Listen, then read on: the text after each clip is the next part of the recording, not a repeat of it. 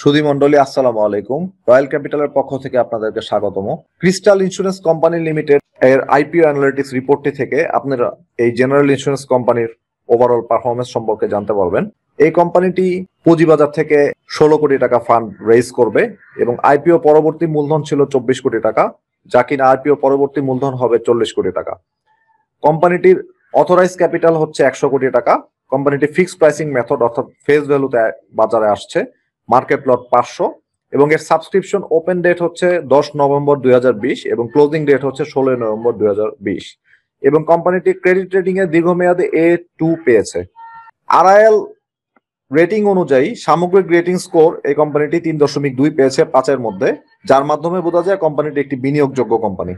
এই কোম্পানিটির অফিসের ঠিকানা DR tower, box culvert road, Dhaka 1000 এবং এই কোম্পানিটি 1999 সালে প্রতিষ্ঠিত। এর কোনো সাবসিডিয়ারি বা অ্যাসোসিয়েট কোম্পানি নেই। এই কোম্পানিটি একটি জেনারেল ইন্স্যুরেন্স কোম্পানি, সাধারণত অগ্নি বীমা, নৌ বীমা, মোটর বীমা, বিবিধ বীমা, দায় বীমা এবং ইঞ্জিনিয়ারিং বীমা সেবা দিয়ে থাকে।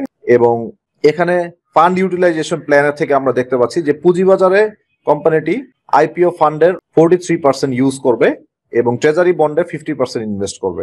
এখানে আমরা যদি দেখি রেভিনিউ মিক্স বা কোম্পানিটির যে রেভিনিউ বা প্রিমিয়াম কোন কোন জায়গা থেকে কালেক্ট হচ্ছে, এখানে মেজরিটি রেভিনিউ কালেক্ট হচ্ছে মেরিন ইন্স্যুরেন্স থেকে এবং পরবর্তী সিগনিফিকেন্ট রেভিনিউ কালেক্ট হচ্ছে ফায়ার ইন্স্যুরেন্স থেকে। তো এটা ছিল 2019 সালের রেভিনিউ মিক্স। এখানে ইন্স্যুরেন্স ইন্ডাস্ট্রি এবং এই কোম্পানিটির স্পেসিফিক কিছু ইনফরমেশন দেওয়া আছে।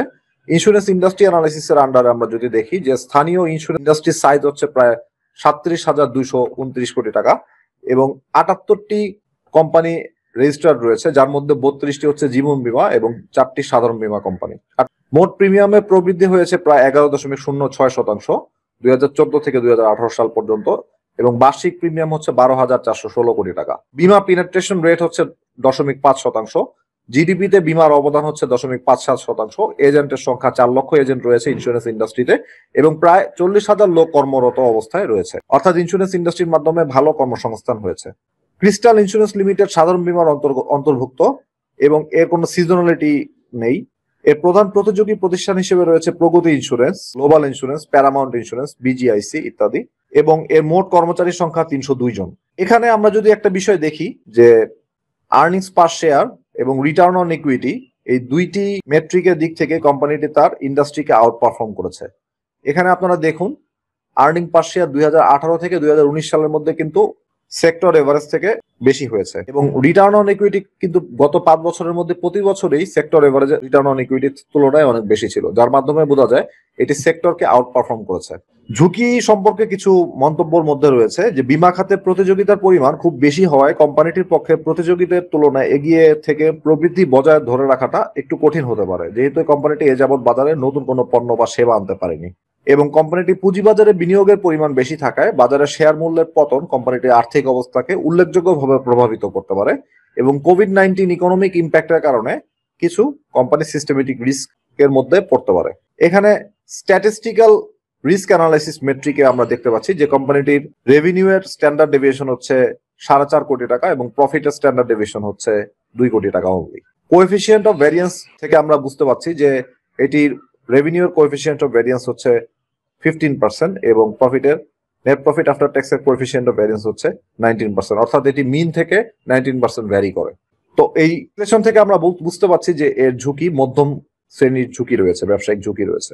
আব্দুল্লাহ আল মাহমুদ, যিনি কোম্পানির চেয়ারম্যান হিসেবে আছেন, উনার 26 বছরের অভিজ্ঞতা রয়েছে বিভিন্ন খাত এবং বীমা খাতে এবং এমডি তাজুল ইসলাম, উনি ডিরেক্টর পদে রয়েছেন, ওনার 47 বছরের অভিজ্ঞতা রয়েছে। এখানে ম্যানেজমেন্ট প্রোফাইল থেকে আমরা দেখতে পাচ্ছি যে ম্যানেজমেন্টে যারা আছেন বা স্পন্সর ডিরেক্টর পদে যারা আছেন তাদের মধ্যে সকলেরই প্রায় বহু বছরের অভিজ্ঞতা রয়েছে। Financial performance at a glance যদি আমরা দেখি, ইকুইটি প্রবৃদ্ধি হয়েছে 17%, অ্যাসেটে প্রবৃদ্ধি হয়েছে 13% এবং সবচেয়ে মোস্ট ইন্টারেস্টিংলি এই কোম্পানিটি 2015 থেকে 2019 সাল পর্যন্ত প্রতি বছরই ক্যাশ ডিভিডেন্ড প্রদান করেছে, যেটি কিনা একটি খুব ভালো লক্ষণ এবং এই কোম্পানির নেট প্রফিটে গ্রোথ হয়েছে 19%, রিটার্ন অন ইকুইটি 13%, যা কিনা অপরচুনিটি কস্ট অফ ক্যাপিটালের থেকে বেশি। এই সমস্ত জিনিস দেখে বোঝা যায় যে কোম্পানিটির ফাইন্যান্সিয়াল পারফরমেন্স ভালো ছিল। অ্যাডিশনাল অ্যানালিস্ট ফরেনসিকের আন্ডারে আমরা একটা জিনিস দেখতে পাচ্ছি যে কোম্পানিটি আইপিও তহবিলের একটি উল্লেখযোগ্য অংশ এফডিআর ও ট্রেজারি বন্ডে বিনিয়োগ করবে, যেহেতু বাংলাদেশে এফডিআর ও ট্রেজারি বন্ডের মতো ফিক্সড ইনকাম খাতে বিনিয়োগ করলে সাধারণত 6 থেকে 9% হারে মুনাফা অর্জিত হয়, তাই ধারণা করা যায় যে এই বিনিয়োগগুলো থেকে পর্যাপ্ত মুনাফা অর্জন করা কোম্পানির পক্ষে কঠিন হবে, তা ভবিষ্যতে কোম্পানির লভ্যাংশ প্রদানের ক্ষমতাটাকে হ্রাস করতে পারে। এছাড়া আইপিও তহবিলের 43% অর্থ শেয়ার বাজারে বিনিয়োগ করা হবে, মূলত ইকুইটি এবং মিউচুয়াল ফান্ডে। সম্প্রতি শেয়ার বাজারে ব্যাপক ওঠানামা লক্ষ্য করা গিয়েছে গত বছর, বাট এই বছরে আমাদের ক্যাপিটাল মার্কেট মোটামুটি স্টেবল রয়েছে। ভবিষ্যতে বাজারে যদি নিম্নমুখী প্রবণতা লক্ষ্য করা যায়, তাহলে কোম্পানির পক্ষে আশানুরূপ ফাইন্যান্সিয়াল পারফরমেন্স ধরে রাখা একটু কষ্টসাধ্য হতে পারে। কোম্পানিটির আয়, সম্পদ, ইকুইটি এবং নেট লাভ কোম্পানিটির একটি ভালো আর্থিক অবস্থাকে নির্দেশ করে এবং মূলধন হতে অর্জিত আয় মূলধন ব্যয় তুলনায় সন্তোষজনক অবস্থায় ছিল। বিগত কিছু বছরে কোম্পানিটির নিয়মিত নগদ প্রবাহের ধারা লক্ষ্য করা যায়, যা চলতে থাকলে কোম্পানিটির আর্থিক ঝুঁকি বৃদ্ধি পেতে পারে। গত 5 বছরে কোম্পানিটা তার নিট মার্জিনে ভারসাম্য বজায় রাখতে সক্ষম হয়েছে, যা দক্ষ ব্যয় ব্যবস্থাপনা প্রতিফলন হতে পারে।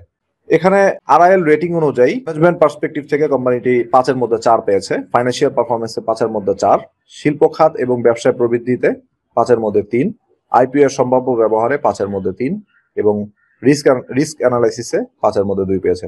ওভারঅল কোম্পানিটি 3.2 অর্জন করেছে, যেটি অ্যাবভ এভারেজ গ্রেড বা ইনভেস্টেবল গ্রেডের মধ্যে পড়ে।